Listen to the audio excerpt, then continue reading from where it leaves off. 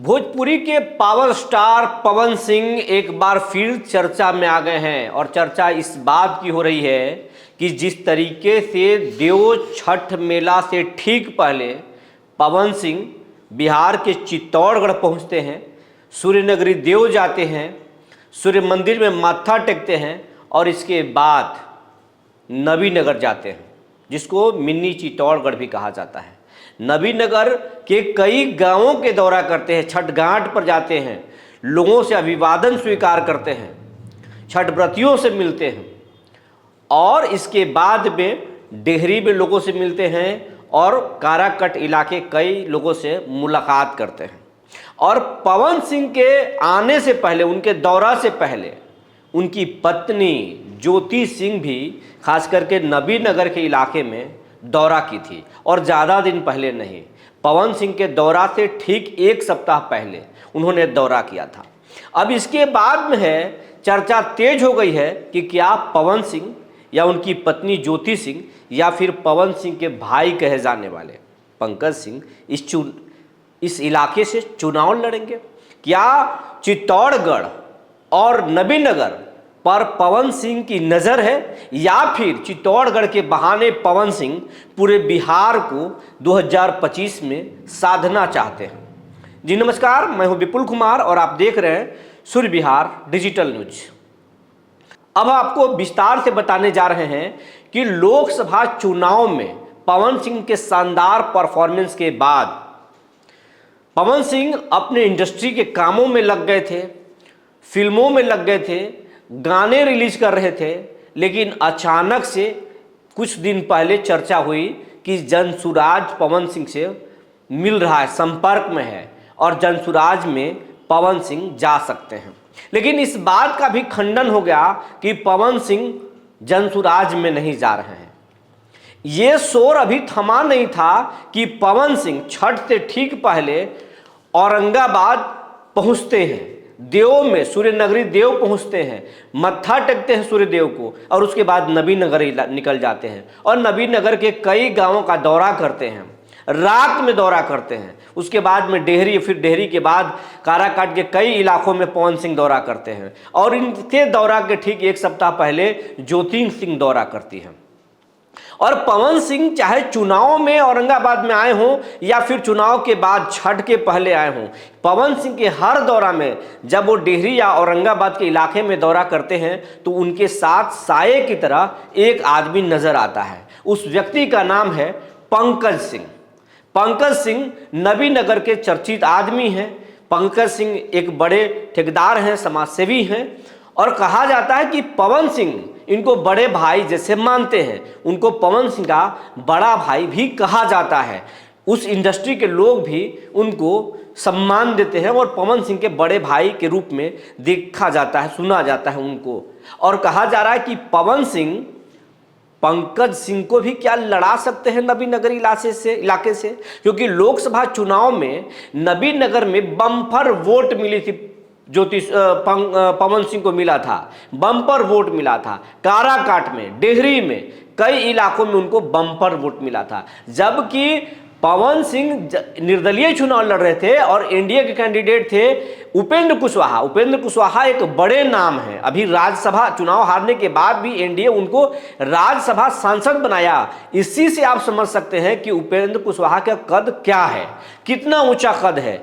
और उपेंद्र कुशवाहा को जितवाने के लिए स्वयं प्रधानमंत्री नरेंद्र मोदी आए थे, अमित शाह आए थे, जेपी नड्डा आए थे, नबीनगर में राजपूतों के एक बड़े नेता राजनाथ सिंह आए थे। लेकिन राजनाथ सिंह के सभा में ही पवन सिंह जिंदाबाद के नारे लग गए थे। तो पवन सिंह के नजर में नबीनगर काफी अहम है, काफी खास है और काराकाट, डेहरी, इन इलाकों में भी। और जिस तरीके से उन्होंने शानदार चुनाव में फाइट किया और 2,74,000 बड़ा वोट लाया, दूसरे नंबर पर रहे और अगर उसमें जरा सा चूक नहीं होती अगर उनके टीम से, तो पवन सिंह इस चुनाव को बेबाजी मार जाते और सबको हरा देते। लेकिन कहा जाता है कि पवन सिंह के कुछ नजदीकी लोग ही मैनेजमेंट में थोड़ा गड़बड़ी कर दिए, जिसके वजह से पवन सिंह चुनाव हार गए। वरना आज पवन सिंह सांसद होते और संसद में काराकाट के प्रतिनिधित्व करते। और आज भी जो काराकाट के सांसद हैं उनसे कहीं ज़्यादा काराकाट में उनको लोग चाहते हैं। उनके जो फैंस हैं वो न सिर्फ काराकाट में, आरा में, बल्कि पूरे बिहार और यूपी में है। पवन सिंह का फैन फॉलोइंग बिहार में सबसे ज़्यादा है और इसीलिए पवन सिंह पर कई राजनीतिक पार्टियों की भी नज़र है। जेडीयू भी चाहता है, नीतीश कुमार भी चाहते हैं कि पवन सिंह जैसा कोई एक कलाकार साथ आ जाए। लालू के पास खेसारी तो जरूर हैं, लेकिन खेसारी में पवन जैसा कोई बात नहीं है।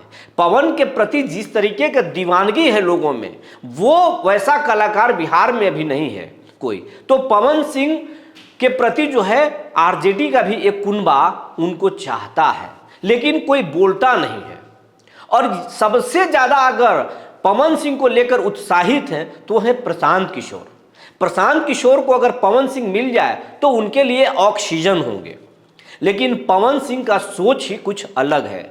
पवन सिंह चुनाव हारने के बाद खुद नहीं बोले थे, लेकिन उनके कई नज़दीकी सूत्रों ने ये इस बात की हवा दी थी कि पवन सिंह 2025 से पहले अपना एक पार्टी बनाएंगे, राजनीतिक पार्टी।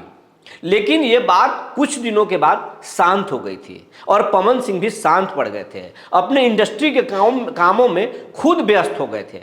लेकिन इसी शांति के बीच में ज्योति सिंह का दौरा तेज हो गया। नबीनगर के इलाके में, डेहरी के इलाके में और काराकाट के कई क्षेत्रों में ज्योति सिंह दौरा करने लगी।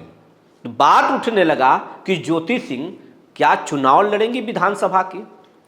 पंकज सिंह को क्या चुनाव लड़ाया जा सकता है, इस बात की भी चर्चा है अंदर खाने में कि पंकज सिंह भी नबीनगर पर नजर रखे हुए, नजर गड़ाए हुए हैं और इसीलिए पंकज सिंह लेकर के पवन सिंह के साथ दौरा करा रहे हैं। लेकिन यह भी कहा जा रहा है कि पवन सिंह क्या करेंगे ये कोई नहीं जानता है। पवन सिंह खुद 25 में कोई बड़ा गेम करेंगे। तो इस तरीके के कई राजनीतिक पंडितों से हमने बात करने की कोशिश की और जिस बातों को लेकर के कयास लगाया जा रहा है, तो इस मामले में सबसे पहले हमने पंकज सिंह से बात की और पंकज सिंह से हमने बात करने की कोशिश की कि क्या ज्योति सिंह चुनाव लड़ेंगी नबीनगर इलाके से या काराकाट के किसी क्षेत्र से, या फिर आपके बारे में हवा चल रहा है कि नबीनगर से इस बार आप आरजेडी के डब्लू सिंह को आप चुनौती देंगे। क्या कितनी इस बात में कितनी सच्चाई है, क्या आप चुनाव लड़ेंगे?